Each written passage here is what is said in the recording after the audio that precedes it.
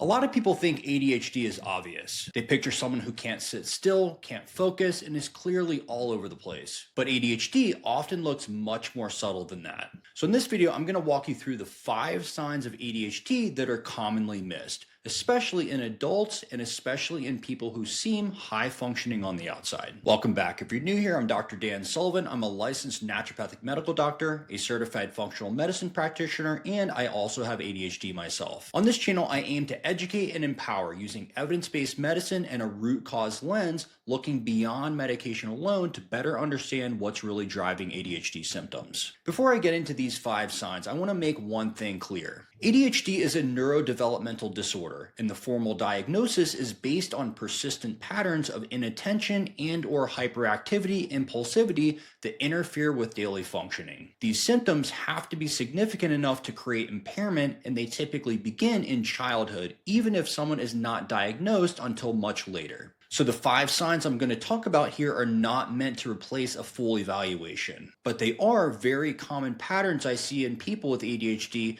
and they often help explain why so many adults get missed or misunderstood for many years. So the first sign is appearing high functioning, and this one gets missed all the time. A lot of people with ADHD do not look disorganized from the outside. In fact, they may look very driven, very busy, very productive, and very capable. They may be the kind of person who's always doing something, always pushing, always taking on more, and always managing to somehow get it done. But under the surface, a very different story is often happening. A lot of those people are not functioning smoothly. They're compensating, they're overworking, they're using urgency, pressure, anxiety, or last-minute adrenaline to get things done. They may look successful on paper, but internally they often feel scattered, mentally overloaded, and like they're using way more effort than other people just to keep up. This is one reason ADHD can get missed in adults, especially in high achievers, professionals, and people who have learned how to mask. From the outside, people see output. They don't see the mental chaos behind it. They don't see the procrastination, the avoidance, the spiraling, the constant self-correction, the missed details, or the fact that the person may be spinning their wheels much more than anyone realizes.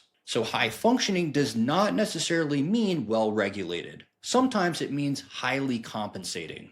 The second sign is hyperfocus. One of the biggest myths around ADHD is that it means you can't focus, and that's not really true. For many people, ADHD is not an inability to focus, it's an inability to regulate focus consistently. This means if something is boring, repetitive, slow, or not emotionally engaging, it may be incredibly hard to focus on. But if something is interesting, rewarding, urgent, meaningful, or stimulating, the opposite can happen. You lock in, you go all in, and you may focus so intensely that you tune out everything else. And this is what people often call hyperfocus. Hyperfocus is not part of the formal diagnostic criteria for ADHD, but it has been discussed in the literature for years and is widely reported in the lived experience of people with ADHD. It usually happens around things that feel rewarding, novel, urgent, or highly engaging. And this can be a strength in some situations. It can allow people with ADHD to do deep work, solve problems creatively, and become incredibly immersed in something meaningful. But it can also become a problem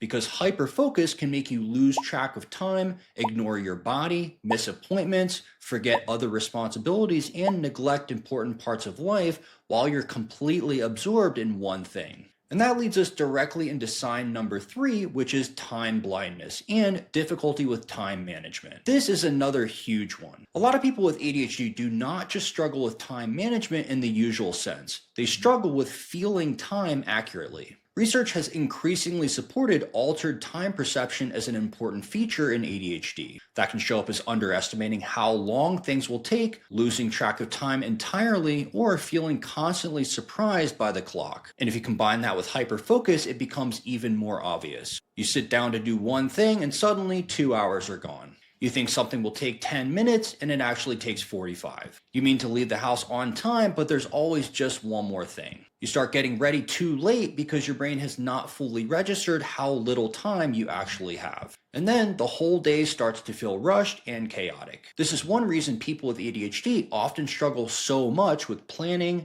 transitions, deadlines, and realistic scheduling. It's not just disorganization, it's often a very real difficulty sensing and relating to time in a consistent way. And if this video has been helpful so far, please take a second to like the video because that helps YouTube show it to more people who may really benefit from this information. The fourth sign is difficulty controlling emotions. This is one of the most important ADHD signs in my opinion, and one of the most overlooked. A lot of people still think ADHD is only about focus, but emotional dysregulation is extremely common in ADHD and contributes significantly to impairment. Reviews of the literature have found that difficulties with emotion regulation are prevalent across the lifespan in ADHD and are a major part of what makes the condition so disruptive. This can look like becoming frustrated quickly, getting overwhelmed easily, reacting more intensely, feeling hurt more deeply, struggling to let things go, or having a harder time recovering once emotionally activated. And part of the reason this happens is that many people with ADHD are already expending so much mental energy trying to stay organized, stay focused, stay on task,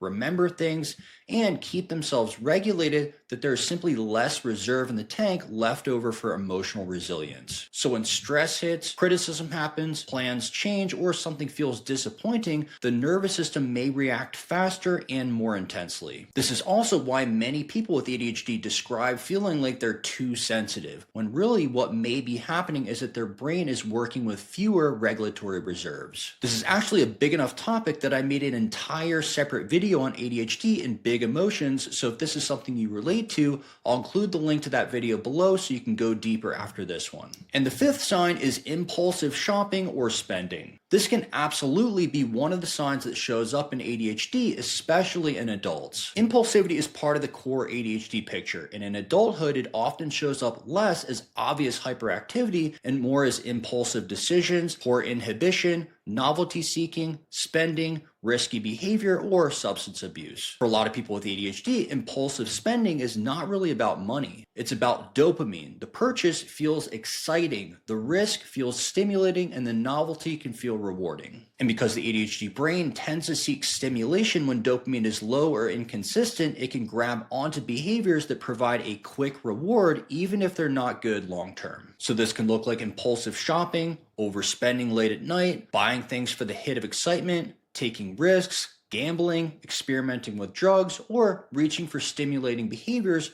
just to feel more activated or less flat.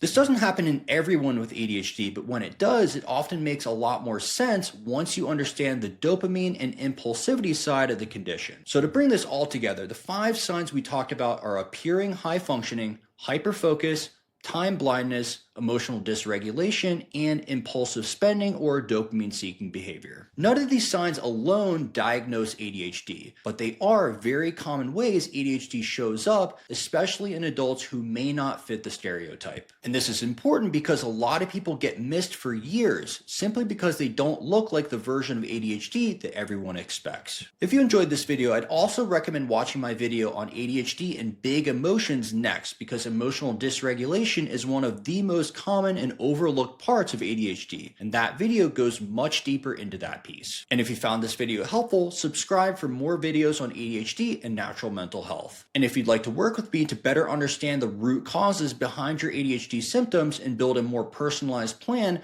check out the link in the description to set up a discovery call.